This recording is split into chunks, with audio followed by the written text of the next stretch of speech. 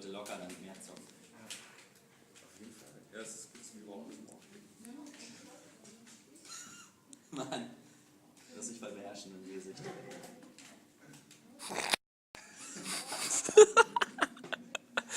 Hör auf hier. Straight man läuft und drückt sich nach hinten ab. So hatte ich das verstanden. Also macht man gar nicht diese Bewegung, sondern eigentlich man boxt eigentlich. Ja, man boxt. Es ist in der Mitte und man macht es nach außen.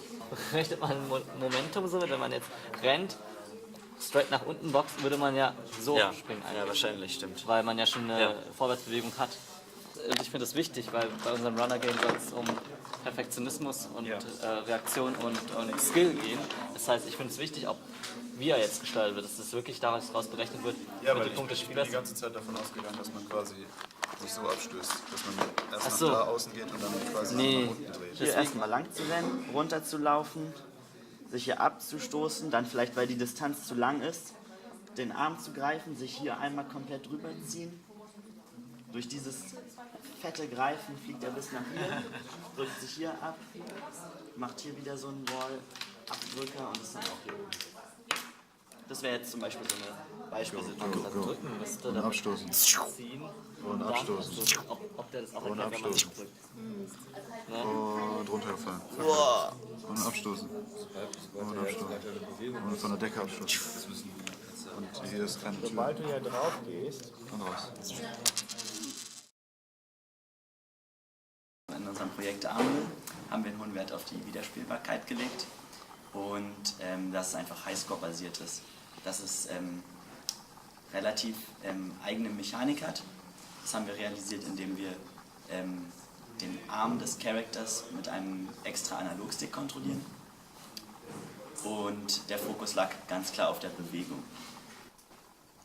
Es spielte zuerst alles in der Puppenwerkstatt. Es ging darum, dass man als eine kleine Puppe mit einem monströsen Arm von einem bösen Puppenmacher entkommen muss. Ja. Und dann hat aber Josiah die glorreiche Idee, das Ganze in eine Bibliothek zu setzen. Beim Sound war das natürlich sehr schwierig, dadurch, dass das Setting in einer Bibliothek spielt, sich vorzustellen, ja, was für eine Geräuschkulisse man eigentlich verwenden soll. Eine Bibliothek ist ja in der Regel eher ruhig und produziert nicht so viel Lärm. Unser Spiel jedoch geht um Schnelligkeit und um Druck und Präzision und Action. Da brauchen wir natürlich dann auch viel Druck in der Musik und im Feedback, was in Verbindung mit der Bibliothek natürlich eine schwierige Aufgabe darstellt. Viel Wert haben wir auf das Leveldesign gelegt, dass es einen Optimalweg gibt, aber auch man viel variieren kann zwischen den einzelnen Routen. Das Level ist auch rückwärts spielbar und generell soll dem Spieler relativ freie Möglichkeiten gegeben.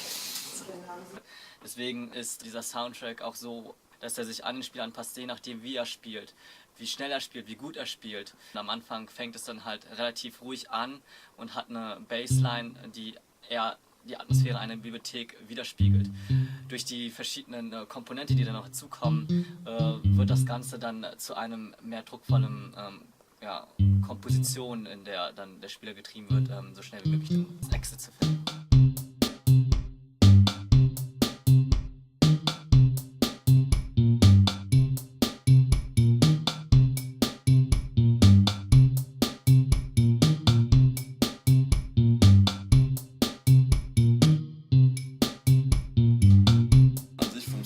Vom Stil her hat sich das nicht wirklich in meinem Kopf geändert. Es war mir echt von Anfang an klar, weil ich selber eher die Comic-Richtung mag, dass es auch in die Richtung gehen soll mit Outlines und schönen Farben und so. Für das Level die Farben hat dann Max noch gemacht, aber die Lines dafür sind von mir. Und ja, das war auf jeden Fall eine spannende Aufgabe. Hat viel Spaß gemacht.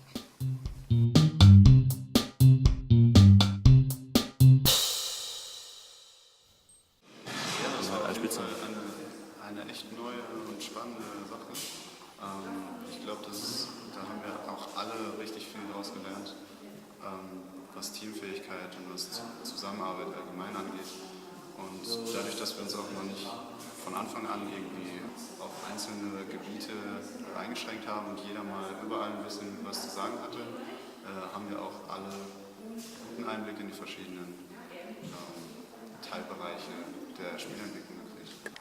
Ja, ich fand das eigentlich immer ganz cool, weil es nicht darum ging, dass irgendwie einer seine Idee durchboxen will, sondern wirklich, wenn jemand das bessere Argument hatte, das Argument auch gewinnt und dann durchgesetzt wird. So. Also es ging immer, und die Leute haben sich dann nicht extra auf ihre Ideen beharrt, um irgendwas durchzusetzen, sondern wie gesagt, jeder war dazu bereit, sich von besseren Ideen umstimmen zu lassen. Und das fand ich eigentlich ziemlich angenehm. Bei dem Projekt war es total cool, dass man im Team zusammen an einer Sache gearbeitet hat, an einem Spiel gearbeitet hat. Und dadurch hat man dann halt hat man kennengelernt, wie Leute verschieden über, sag ich mal, die gleichen Sachen denken. Also wenn man das Level hat, dann hat jeder sein eigenes, sag ich mal, seinen eigenen Fake-Screenshot gebaut, was für unterschiedliche Ideen jeder hat und was man da rausholen kann, wenn man diese Sachen kombiniert. Und das fand ich bei unserem Team total cool, dass jeder total offen war, das zu versuchen zu kombinieren und dann wirklich neue Styles rauszufinden. Und das hat mir auch richtig gut gefallen. Bei uns war das ja echt so, dass wir oftmals unterschiedliche Ideen und Vorstellungen hatten, wie wir etwas realisieren. Und die waren teilweise so konträr und dementsprechend auch nicht irgendwie kompatibel zusammen und man dann sich wirklich entscheiden musste.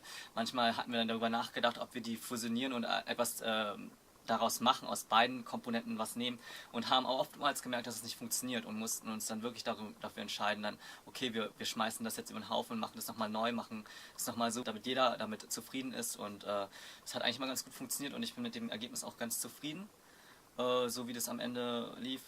Ich glaube, wenn wir es irgendwie anders gemacht hätten und irgendwelche Kompromisse gegangen wären, dann wäre das Spiel möglicherweise ganz anders und nicht so cool geworden.